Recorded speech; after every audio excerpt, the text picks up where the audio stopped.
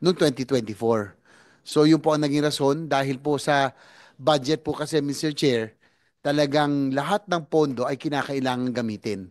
Yung po mga park funds, yung mga naka-parking ika nga, ay talagang dapat pong gamitin para lalo na for especially for economic generator programs and the like. Talagang nakakalungkot dahil ang ano po ang dapat maintindihan din ating mga kababayan, ito pong budget season, ang budget hearings ay talagang win some, lose some.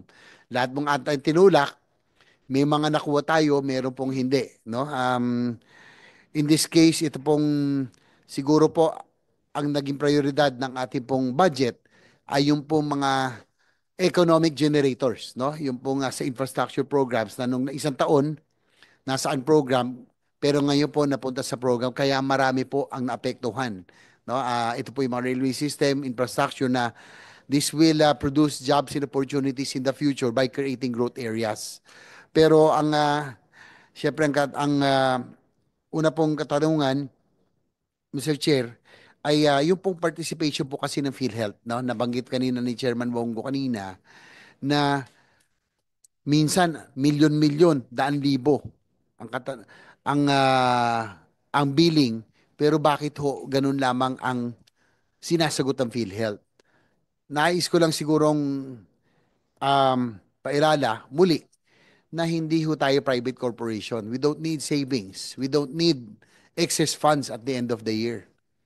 Ako po, nag-mayor, ang sa amin po, pag executive ka, pag social fund, dapat yan inuubos. No? Sabi ko nga no, na Mr. Ledesma, nandito po si Secretary Orbosa, ay siguro we will be willing even to have supplemental budget kung kukulangin yan.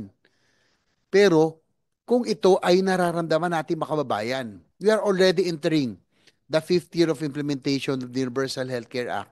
Although meron namang considerable improvements sa out-of-pocket expense, but we have a long way to go.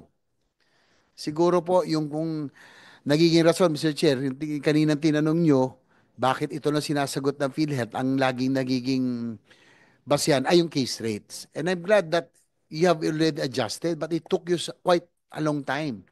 Kaya nga sana, yung po, pasensya na po, Mr. Ledesma, kung ako'y nakapagsalita na kinakailangan nating leadership change, but I kept quiet for 2 years. Kasi bago ang administrasyon, bago rin po kayo. But I guess 2 years is more than enough time for you to be able to adjust. Kaya nga, Mr. Chair, with your indulgence, siguro po kinakailangan tayo magkaroon na ng oversight committee hearing on the UHC implementation. Saan ba nagkulang? Saan ba nagkamali? Anong kailangan gawin? No? So that we can improve. Sana by next year, we want to hear that yung participation po ng PhilHealth, hindi na mangyari. Hindi gaya na sinabi ni Senator Bongo, magkano yung billing na million, magkano yun, Senator Bongo, tapos ang sinagot, 24,000 lang. At least kung 30, 40% or even 50% of the billing, ay matutuwa natin mga kababayan. So, Mr. Ledesma, siguro as PhilHealth, um, can you guarantee that the 2025, the participation of PhilHealth in medical expenses, especially in hospital expenses, will considerably improve, as envisioned in the Universal Healthcare Act? Thank you very much, Your Honor, Mr. Chair. Yes, I can, and I'm sure I speak in behalf of the 10,000 PhilHealth employees. We can guarantee and assure you that the benefit packages and will improve substantially, and the out-of-pocket expenses of the Filipino people will be drastically reduced. Thank you very much. Pero bakit nga po, yung pong concern ni Senator Bongo, no, bakit yung participation natin, bakit yung case rates, bakit medyo matagal bago natin i-adjust? Kasi nga, nakakalungkot yung binanggit ni Senator Bongo, milyon yung tapos ganito lang. Pati yung buntis na Opo. pulis, mag-asawa, lugi pa siya sa kanilang nilabas na contribution. Pero unang babalikan lang kita, President Ledesma.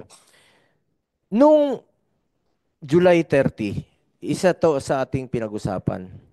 At naniniwala ka ba na kung na-implementa mo na itong mga increases, expand benefit packages, increase case rates, nung napaaga po ang inyong pag-implement dito, kaysa last few days nyo lang po na-implementa, naniniwala ka ba na hindi kayo magkakaroon ng excess funds at hindi kukunin ng National Treasury?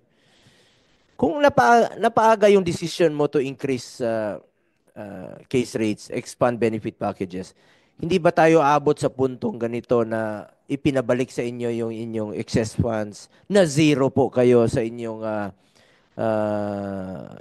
budget for 2025 dahil na-discover yung reserve fund?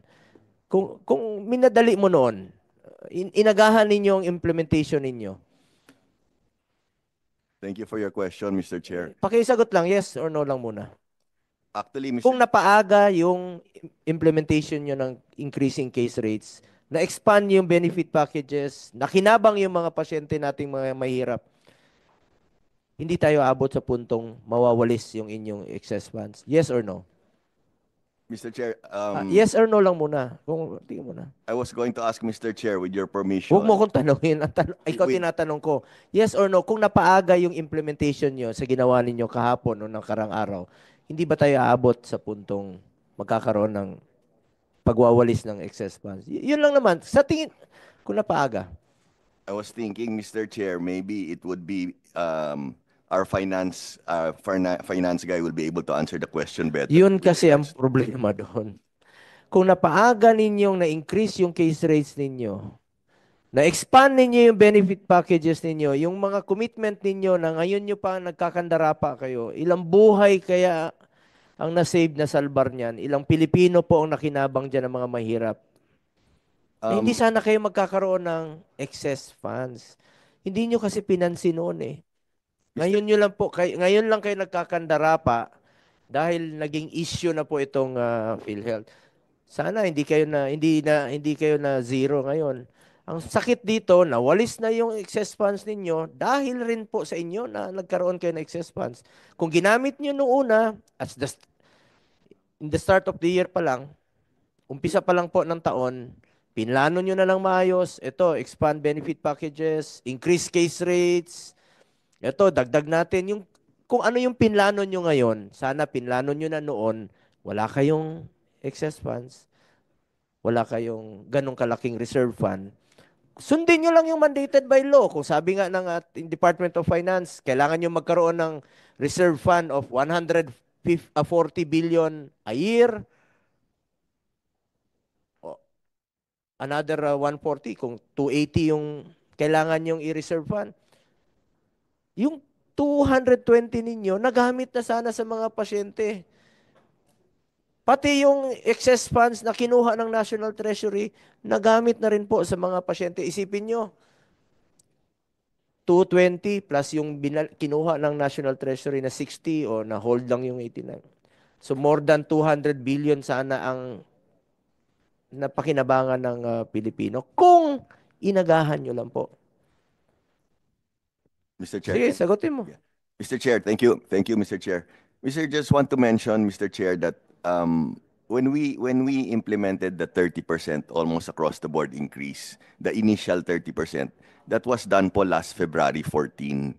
So this 50% now we added was just a few nights ago. But last February 14 po namin implement yung Kailan kinuha ng National Treasury yung 89.9? 89.9. When was that? I think it was April of this year. Kung tinaasan nyo, sinabay nyo nung Pebrero yung sinasabi mong 30%, kung tinaasan mo na ng 80%, nakinabang pa ang Pilipino, nakinabang pa yung mga mahirap, hindi pa na naging excess fund, hindi nawalis. Yes po. Nung na-discover na meron kayong excess funds, doon nakita na meron kayong reserve fund. Yes po. Doon nagka-problema. Yes po. Attorney Eli. Mr. Chairperson, to be fair to our President and Chief Executive Officer Emmanuel Ledesma Jr., Mr. Chairperson, it was only during his term that the case rates was enhanced, improved, and before his term, Mr. Chairperson, honorable members of the committee, the case rates was not even